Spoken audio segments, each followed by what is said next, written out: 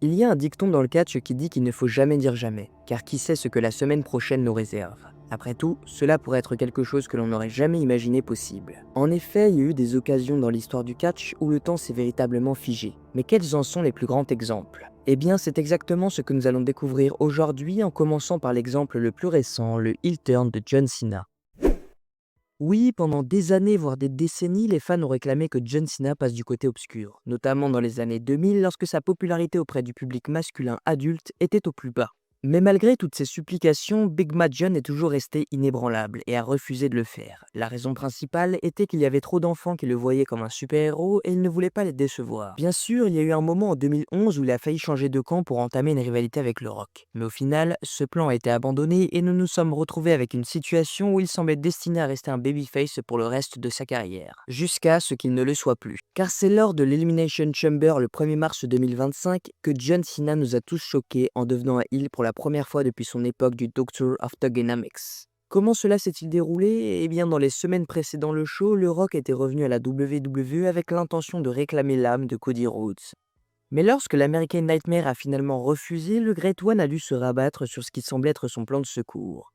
Faire tourner celui qui, quelques instants plus tôt, était devenu challenger numéro 1 au titre de Cody. Et c'est ainsi qu'à ce moment précis, Cena a fait ce qu'il avait toujours dit qu'il ne ferait jamais, il a porté un coup bas au champion et s'est allié avec le Final Boss, scellant définitivement son passage du côté des heels sous les yeux d'un Travis Scott médusé.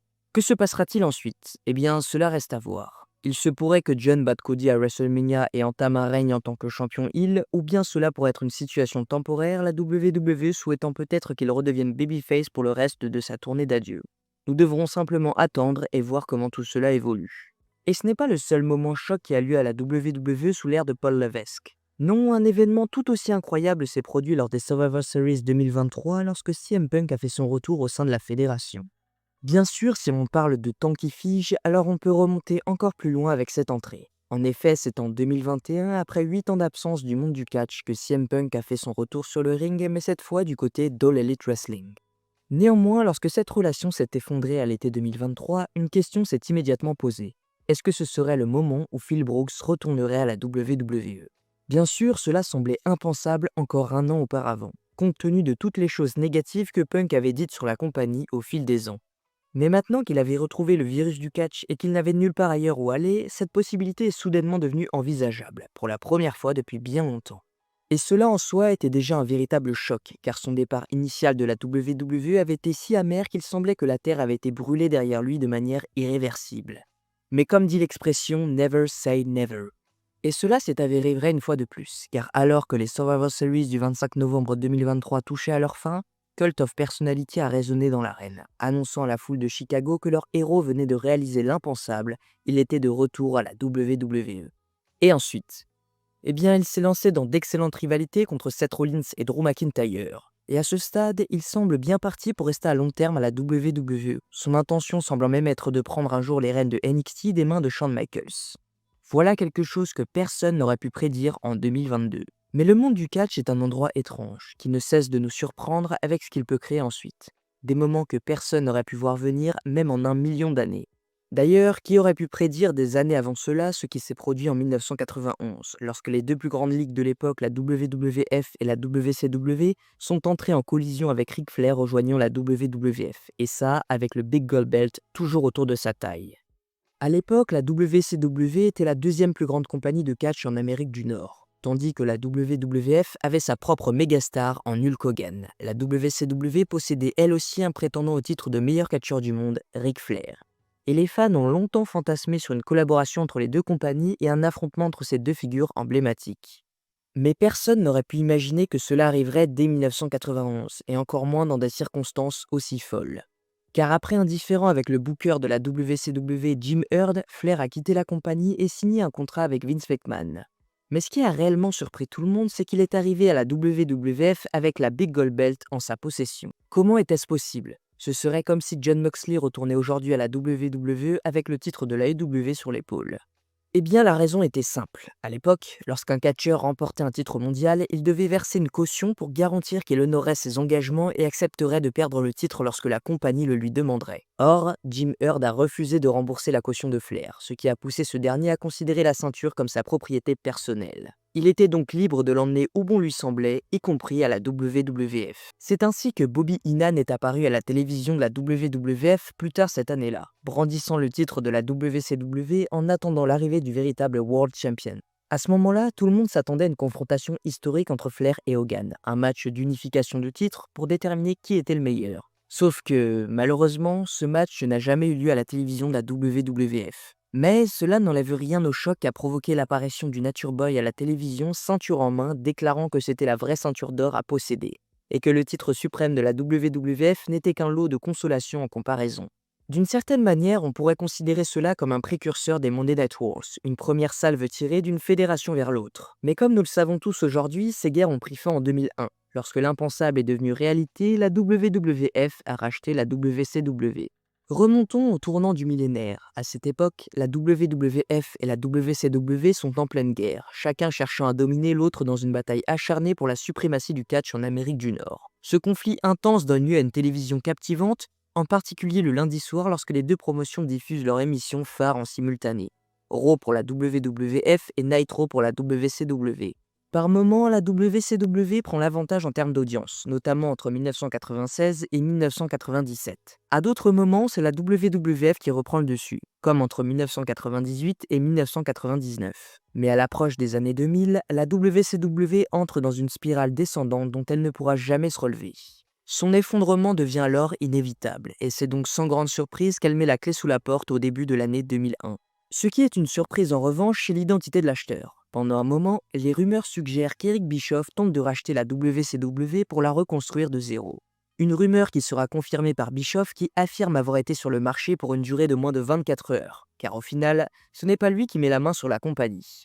Non, c'est Vince McMahon lui-même qui conclut l'affaire en ayant appris les intentions de Bischoff par peur d'un nouvel affront. Donc le 26 mars 2001, lors d'un épisode historique de Raw et Nitro, les fans apprennent pour la première fois que Vince McMahon a officiellement acheté son concurrent. À cet instant, il détient pratiquement le monopole du catch nord-américain, mais ce n'est pas tout. Ce soir-là, Vince prévoit une intervention simultanée sur les deux émissions afin d'annoncer ses projets pour la WCW. Projet qui, sans surprise, consiste probablement à enterrer définitivement la promotion rivale sous sa botte une bonne fois pour toutes. Cependant, un rebondissement total inattendu se produit. Shane McMahon apparaît en direct sur Nitro depuis le ring et annonce que dans l'univers du kayfabe, c'est lui qui a racheté la WCW. Selon ses dires, il en prend désormais le contrôle et s'apprête à dévier son propre père. Ainsi, la guerre semble être relancée. Mais en réalité, cette confrontation ne mènerait qu'à l'angle de l'invasion, l'un des plus grands échecs créatifs de l'histoire de la WWF. Plutôt qu'un affrontement épique entre les plus grandes stars des deux fédérations, on se retrouve avec un conflit déséquilibré opposant les main eventers de la WWF à une WCW affaiblie composée majoritairement de lutteurs de Thunder. Même si l'issue de cette rivalité a déçu, il est indéniable que cette première apparition de Shane McMahon sur Nitro a chamboulé le monde du catch. Qui aurait pu imaginer que la guerre entre la WWF et la WCW se terminerait par le rachat pur et simple de l'une par l'autre? Peut-être que si la NWO avait dominé plus longtemps, les choses auraient été différentes. Peut-être même que l'invasion n'aurait jamais eu lieu. Mais au final, elle a bel et bien eu lieu. Et ironie du sort, quelques mois plus tard, la NWO débarque à son tour à la WWE, créant un autre moment totalement impensable. C'est exact lorsque la NWO a décidé de ne pas participer à l'invasion, probablement parce qu'ils bénéficiaient de contrats lucratifs avec Time Warner qui leur permettaient de rester chez eux et d'en vivre sans même mettre un pied sur le ring de la WWF. Beaucoup ont supposé que nous ne reverrions jamais le trio original composé de Hollywood Hogan, Scott Hall et Kevin Nash dans la fédération. Ou du moins, pas avant très longtemps. Mais contre toute attente, en février 2002, soit seulement 3 mois après la fin de l'invasion, ils ont finalement choisi de faire le saut. Mais quelle était l'histoire qui les a ramenés à la WWF? Eh bien, après que Ric Flair soit devenu copropriétaire kayfabe de la compagnie, Vince McMahon a réalisé qu'il devait faire l'impensable, mettre fin à sa propre création. Après tout, s'il ne pouvait pas en avoir le contrôle total, alors personne ne devait l'avoir. C'est ainsi qu'à l'approche de No Way Out 2002, il a enchaîné une série de promos depuis son bureau annonçant qu'il allait injecter une dose létale de poison à la WWF. Et ce poison, c'était Hogan, Hall et Nash. Une déclaration qui faisait autant référence à l'histoire kayfabe qu'à la réalité des coulisses, car nombreux étaient ceux qui, dans les vestiaires, ne voulaient pas voir la NWO débarquer. Une rumeur prétend même qu'un sondage interne aurait été réalisé pour savoir si les catcheurs de la compagnie souhaitaient l'arrivée du New World Order. Et lorsque la majorité a donné son feu vert, la décision était actée. C'est ainsi que lors de No Way Out, pour la première fois en près d'une décennie, Les 3 hommes qui avaient failli tuer la WWF ont refait leur apparition en tant que force dominante du mal. Du moins, c'est ce qu'on aurait pu croire au départ. Très vite, ils ont été relégués au rang de chair à canon pour Steve Austin et compagnie, enterrant ainsi toute possibilité que la NWO soit traitée comme une menace sérieuse sous l'ère de Vince McMahon. Avant même le printemps, Hogan était redevenu un babyface, et la NWO se retrouvait déjà en sursis. Mais même si cette résurgence fut de courte durée, leur retour sur les écrans de la WWF fut un moment choc. Pourtant, ce n'est pas le seul événement marquant impliquant la NWO. Non, leur toute première formation en 1996 reste l'un des moments les plus imprévisibles de l'histoire du catch. Revenons donc sur cette nuit de juillet 1996. En effet, c'est sans doute l'un des événements les plus marquants de l'histoire du catch, non seulement parce qu'il a vu la naissance d'un clan dominant, mais aussi parce qu'il a donné lieu au plus grand heel turn de tous les temps. Même si l'aura de Hulk Hogan s'est quelque peu fanée au milieu des années 90, il était encore perçu comme l'éternel babyface, l'incarnation du bien et de la morale, l'homme sur lequel chaque enfant pouvait compter. Alors, lorsque Scott Hall et Kevin Nash ont quitté la WWF durant l'été 96 et ont commencé à teaser un mystérieux troisième membre qui allait se joindre à eux, personne ne s'attendait à ce que ce soit Terry Bollea lui-même. Et ça parce que même Sting semblait être un choix plus logique. Mais lors du main event de Bash at the Beach cette année-là, quand Hogan est descendu sur le ring apparemment pour sauver la mise, puis exécuter un leg drop sur Randy Savage, le monde du catch a basculé. Ce soir-là, le plus grand babyface de l'histoire devenait l'homme à abattre, et dans la foulée, il donnait naissance à un clan qui allait changer le visage de la WCW et du monde du catch en général, le New World Order. Et comme on pouvait s'y attendre, cet événement a provoqué un essor spectaculaire pour la WCW, lançant véritablement l'ère du boom du catch des années 90. Grâce à cela, la fédération de Ted Turner allait écraser la WWF dans les audiences durant 83 semaines consécutives, menaçant plus que jamais l'existence de la promotion de Vince McMahon. Mais revenons un instant à la WWE moderne, car c'est là que se situe notre prochaine entrée. La dissolution partielle d'une équipe qu'on espérait voir rester unie pour toujours, car en fin d'année 2024, Kofi Kingston et Xavier Woods ont trahi Big E. Celle-ci fut particulièrement douloureuse à regarder, car pendant plus d'une décennie entière, le New Day avait été l'une des rares constantes de la WWE. Dans un univers où les catcheurs vont et viennent, où les équipes et les clans ne durent jamais bien longtemps, ce trio avait toujours réussi à rester unis, peu importe les circonstances. Pourquoi? Eh bien parce que leur amitié dépassait le cadre du ring. En coulisses, ils étaient inséparables, et faisaient tout pour que leur alliance perdure à l'écran. Malheureusement, le destin allait frapper en 2022. Lors d'un match, Big E subit une blessure au cou si grave qu'il n'a, à ce jour, jamais pu remonter sur le ring. Un coup dur pour Kofi Kingston et Xavier Woods, qui ont dû continuer en duo tout en portant leur partenaire absent dans leur cœur et leur esprit. Mais cette unité allait être mise à rude épreuve. En 2024, le New Day entra dans une spirale de défaites.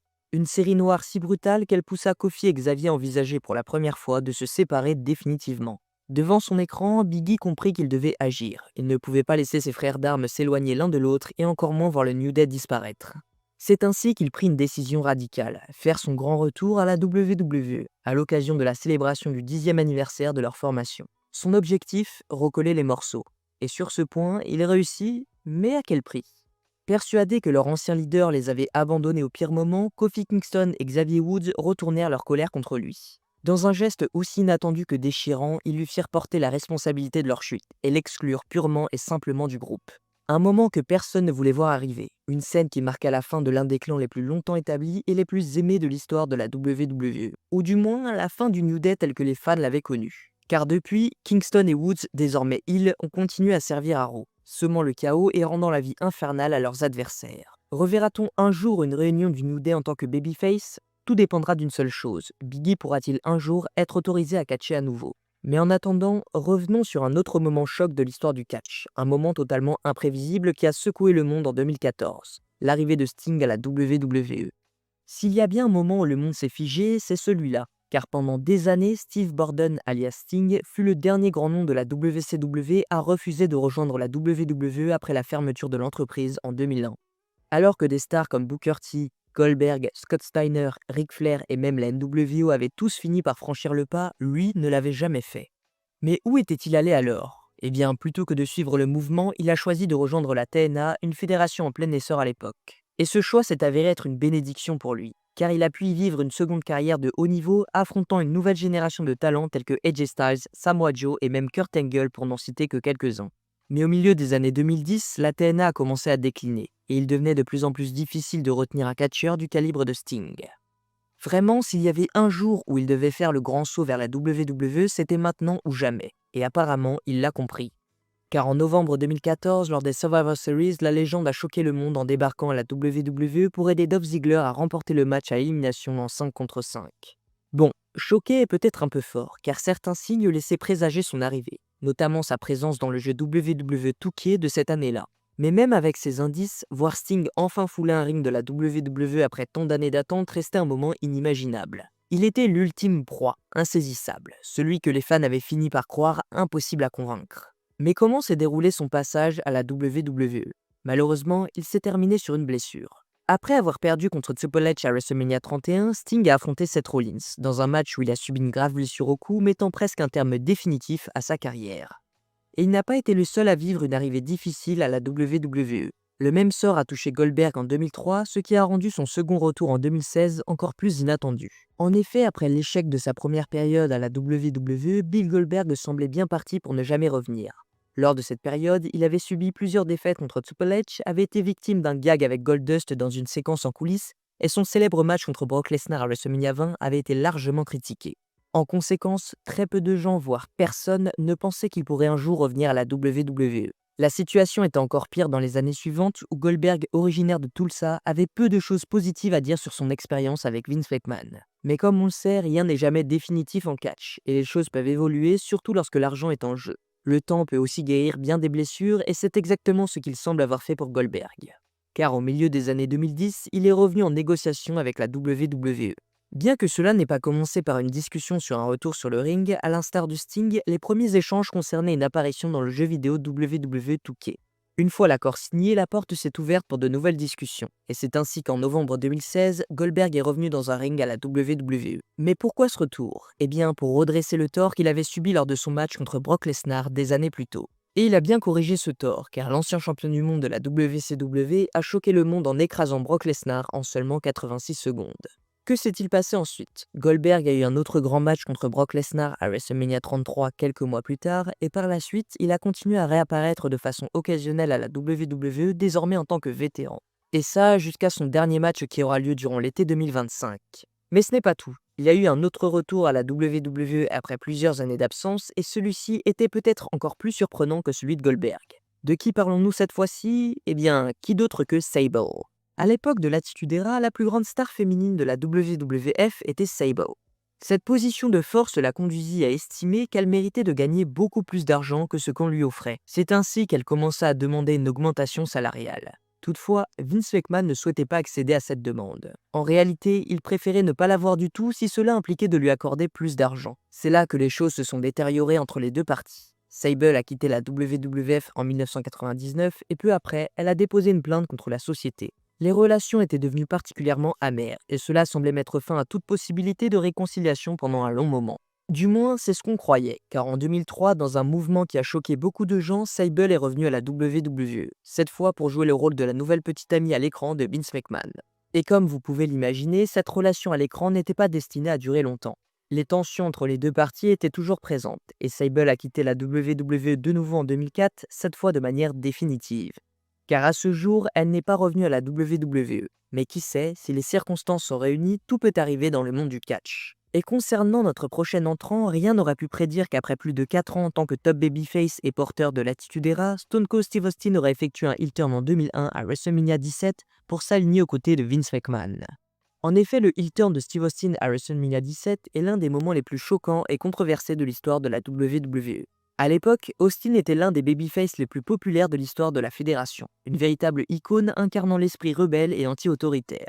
Depuis ses débuts, il avait su captiver le public avec son attitude irrévérencieuse et son dédain pour les règles, allant jusqu'à défier Vince McMahon à de multiples reprises. Cependant, en 2001, la situation a radicalement changé. Au début de l'année, Steve Austin était désormais déterminé à regagner le sommet de la fédération et à reprendre le titre de son vieil ennemi, The Rock, alors champion WWF. Il saisit donc sa chance lors du Royal Rumble 2001. Probablement le meilleur de tous les Royal Rumble selon les fans.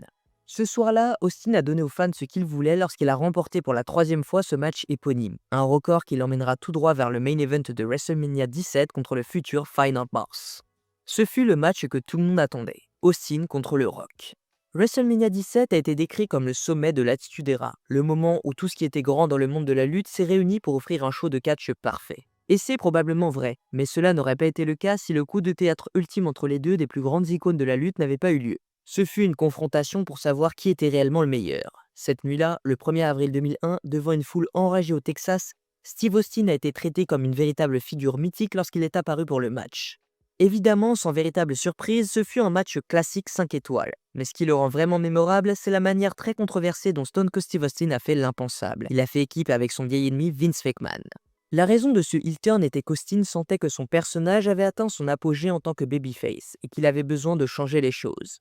Il y avait un argument valable pour cela, mais personne ne l'aurait su cette nuit-là, car la foule l'a acclamé comme un conquérant et il a continué à recevoir des ovations jusqu'à ce qu'il devienne évident qu'il n'allait pas revenir du côté des faces, et ainsi la foule a commencé à se détourner de lui. Ce fut une décision qui a effectivement mis fin à l'essor de la WWE, car Steve Austin n'a plus jamais atteint le même niveau de popularité qu'il avait pendant cette période de 4 ans. Austin a depuis qualifié cette décision de heel turn cette nuit-là comme l'un des plus grands regrets de sa carrière. Il a toujours dit que s'il pouvait revenir en arrière, il serait resté babyface. Pourtant, malgré ça, cette période a aussi donné naissance à certains des moments les plus divertissants de sa carrière, alors qu'il commençait à incarner un personnage instable, un lunatique prêt à tout, introduisant de nombreux éléments comiques dans son personnage et même donnant naissance à la fameuse « What » qui agaçait plus d'un catcheur lors des promos. En définitive, après avoir exploré ces moments que l'on pensait tout simplement impensables, on réalise à quel point l'industrie du catch peut encore nous surprendre. Des décisions radicales, des retours inattendus, des alliances improbables, ces instants qui semblaient irréalisables ne se sont pas seulement produits, mais ont souvent redéfini les règles du jeu. C'est ce qui rend le catch si unique, un show où les frontières entre l'impossible et la réalité sont constamment repoussées. Et voilà les gars, la vidéo est terminée, j'espère qu'elle vous a plu, n'hésitez pas à liker, commenter et partager, c'est très important, et d'ici là je vous dis à la prochaine pour une autre vidéo, c'était Vince encore une fois, merci à tous.